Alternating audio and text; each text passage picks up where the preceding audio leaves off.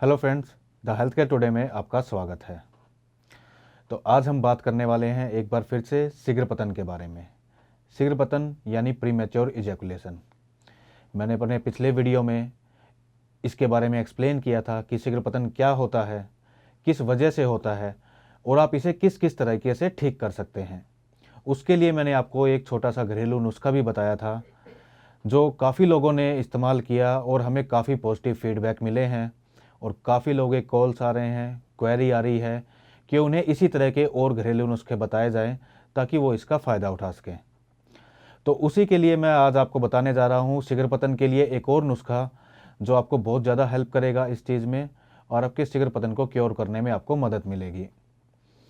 अगर आपका premature ejaculation या शीघ्र पतन एक्सेसिव मास्टरबेशन की वजह से है, वो आप कम उम्र में आपने बहुत ज़्यादा हस्तमैथुन किया है, बहुत ज़्यादा मास्टरबेशन किया है, जिसकी वजह से अब आपको प्रीमेच्योर इजैकुलेशन की प्रॉब्लम होने लग गई है।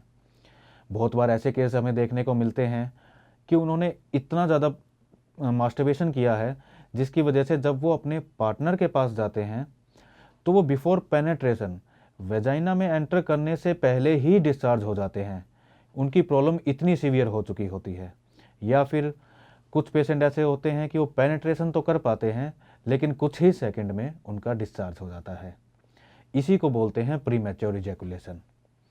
तो इसके लिए आज दूसरा नुस्खा मैं आपको बताने जा रहा हूँ, उसे आप नोट कर लीजिए ताकि कुछ भी चीज़ मिस ना हो। तो इसमें सबसे पहली जो चीज़ लेनी है वो आपको लेना है अकरकरा। अकरकरा एक पौधा होता है, उस पौधे की जड़ होती है, उसकी जड़ को आपको लेना है। किसी अच्छी पंसारी से, भरोसेमंद पंसारी से आप ये सब दवाइयाँ लीजिएगा ताकि आपको दवाइयाँ प्योर मिल सके, किसी भी चीज़ में कोई मिलावट ना हो। ये नुस्खा तभी काम करेगा। तो आपको लेना है अकरकरा की जड़। ये आपको लेना है 100 ग्राम। वैसे कई तरह के अकरकरा आते हैं मार्केट में। अफ़गानी अकरकरा बोलते हैं, विदेशी अकरकरा बोल दिया जाता है, हिंदुस्तानी अकरकरा बोलते हैं। तो जो भी भरोसेमंद आपकी शॉप हो उसी से आप लीजिए। इन सब में क्वालिटी में कोई ज़्यादा फ़र्क नहीं होता, चाहे आप इंडियन लीजिए चाहे आप विदेशी लीजिए, अकरकरा काम वही करेगा। अकरकरा का मेन काम होता है वीर्य का स्तंभन करना, यानी वीर्य को निकलने से रोकना। ये आपके वीर्य को बांधता है, हमारी प्यूबोकोक्सीजल मसल्स को स्ट्रेंथ देता है ताकि जो मसल्स है वो वीर्य को ज़्यादा से ज़्यादा देर तक होल्ड कर पाए। दूसरा, इसमें आपको लेना है अश्वगंधा। अश्वगंधा भी आप किसी अच्छी क्वालिटी का लीजिए, किसी अच्छे पंसारी से लीजिए। अश्वगंधा एक नर्वस टॉनिक है जो ये आपके माइंड को काम रखता है, आपके माइंड को शांत रखता है, आपके नाड़ी संस्थान को, जो हमारी नर्व्स होती है, उसको ताकत देता है पूरे शरीर में। तो ये ना सिर्फ शीघ्र पतन, जो लोग डिप्रेशन में रहते हैं या जिन लोगों को ज़्यादा स्ट्रेस रहता है, जिन लोगों को ज़्यादा टेंशन रहती है, ये उन सब चीज़ों में भी बहुत अच्छा फ़ायदा करता है। इसमें तीसरा हमें लेना है सफ़ेद मूसली। सफ़ेद मूसली थोड़ी महंगी होती है तो इसे आप ध्यानपूर्वक खरीदिए। इसे आप पहचान कर कर ही या फिर किसी जान पहचान वाले पंसारी से ही लीजिए।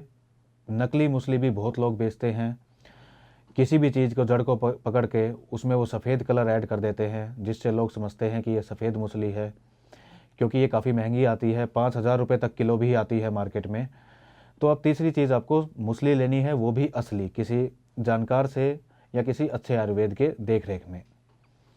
मूसली आपके वीर्य को गाढ़ा करती है, आपके स्पर्म काउंट को बढ़ाती है, आपके सीमेंट की क्वालिटी और क्वांटिटी दोनों ही चीज़ों को ये काफ़ी अच्छा इंप्रूव कर देती है।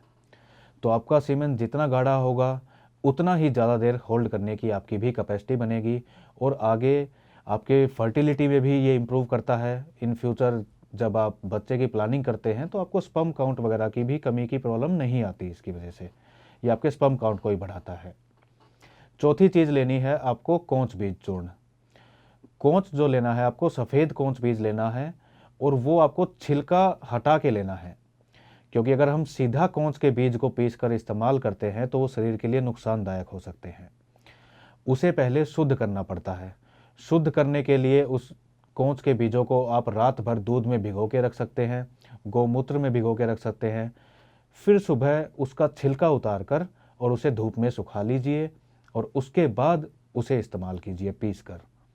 या अगर किसी शॉप पे आपको शुद्ध कोंच बीज चूर्ण मिल जाता है तो वो भी आप इसकी जगह इस्तेमाल कर सकते हैं, अगर आप इतनी मेहनत नहीं करना चाहते तो ये 4 चीज़ मैंने आपको बताई, अकरकरा, अश्वगंधा, मूसली और कोंच बीज। इन चारों चीज़ों का चूर्ण आपको बराबर मात्रा में लेना है। वो आप अपने अकॉर्डिंग देख सकते हैं कि आपको 15 दिन की मेडिसिन बनानी है या 1 महीने की, उसके अकॉर्डिंग आप 50-50 ग्राम या 100-100 ग्राम इसे खरीद सकते हैं। अब इसके बाद आते हैं स्वर्ण भस्म। स्वर्ण भस्म दोस्तों आपको पता है ऑलरेडी, मैं अपने कई वीडियो में इस बारे में बता चुका हूँ। स्वर्ण भस्म आयुर्वेद में एक अमृत के समान है। ये हर बीमारी में हम इस्तेमाल कर सकते हैं। आप किसी भी चीज़ की आयुर्वेदिक दवा ले रहे हो, किसी भी बीमारी की, अगर आप उसमें स्वर्ण भस्म ऐड कर देते हैं तो आप ये मान लीजिए कि उस दवा की काम करने की क्षमता 10 गुना बढ़ जाती है। इसीलिए स्वर्ण भस्म ऐड की जाती है। इसलिए आपने देखा होगा मार्केट में जो आयुर्वेदिक प्रोडक्ट मिलते हैं उनमें 2 तरह की कैटेगरी होती है। एक नॉर्मल प्रोडक्ट होता है बिना स्वर्ण भस्म के, जिसकी कॉस्ट नॉर्मल होती है। दूसरा होता है स्वर्ण भस्म युक्त, जिसमें स्वर्ण भस्म डली होती है। वो प्रोडक्ट कॉस्टली होते हैं क्योंकि उसमें स्वर्ण भस्म होती है और स्वर्ण भस्म काफ़ी कॉस्टली आती है। तो अगर आप अफोर्ड कर सकते हैं तो इसमें आप 300 mg स्वर्ण भस्म भी ऐड कर लीजिएगा। उसके बाद आता है शुद्ध कुचला। शुद्ध कुचला, ये कुचला एक तरह का जहर है। अगर आप इसे कच्चे तौर पे इस्तेमाल करें, उसे बिना शुद्ध किए अगर आप इस्तेमाल करते हैं तो ये जानलेवा भी हो सकता है। इसलिए आयुर्वेद में ये साफ लिखा गया है कि इसे शुद्ध करके ही लेना है। लेकिन ये हर आयुर्वेदिक स्टोर पे शुद्ध कुचला आपको आसानी से मिल जाता है। बहुत कंपनियां ऐसी है जो कुचला को शुद्ध करके बेचती है, तो आप मार्केट से शुद्ध कुचला ले सकते हो। वो आपको ऐड करना है 200 mg। अब ये 5 चीज़ें मैंने आपको बताई है, इन सब 5 चीज़ों को लेकर अच्छे से मिक्स करना है।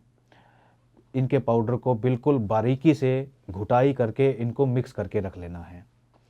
अब जो इसमें सबसे मेन इंग्रेडिएंट है, जिसका सबसे मेन रोल है इसमें, वो है भांग के पत्तों का रस। दोस्तों आपने भांग के बारे में सुना होगा, लोग इसे नशा करने के लिए बहुत इस्तेमाल करते हैं और भांग को वैसे बेचना अलाउड नहीं है, गैर कानूनी है। लेकिन अगर आप इसका दवा के तौर पे इस्तेमाल करें तो इसके बहुत ही अमेजिंग रिजल्ट मिलते हैं। सेक्सुअल प्रॉब्लम में तो बहुत ही गजब के रिजल्ट आते हैं इसके।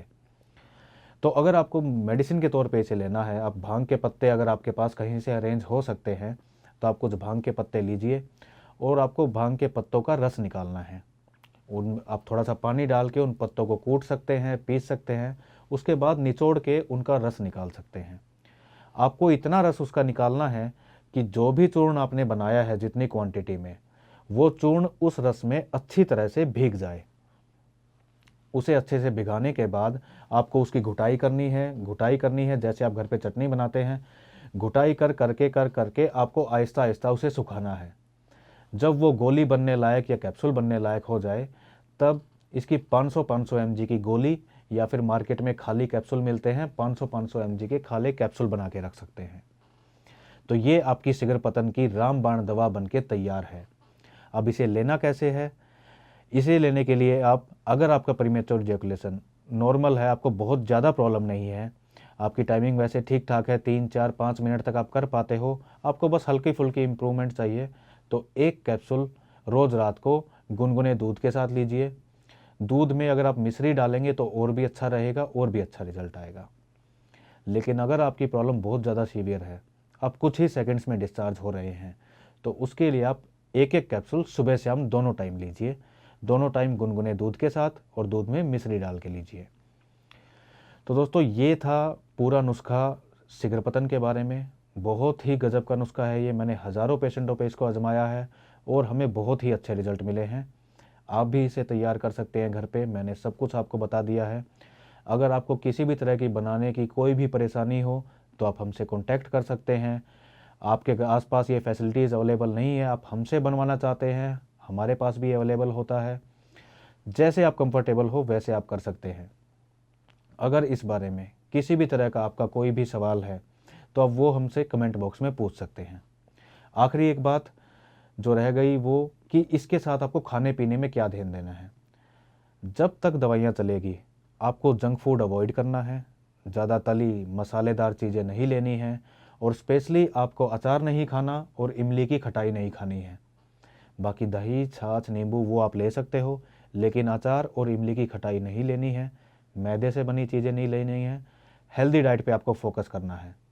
इसलिए आप दूध लीजिए, जूस लीजिए, फ्रूट लीजिए, ड्राई फ्रूट्स लीजिए, हेल्दी डाइट पे फोकस कीजिए, तो इसके रिजल्ट्स और भी ज़्यादा अच्छे आएंगे। तो दोस्तों, अगर वीडियो अच्छा लगा हो तो लाइक कीजिए, शेयर कीजिए और जुड़े रहिए हमारे साथ। हम रखें आपका ख्याल।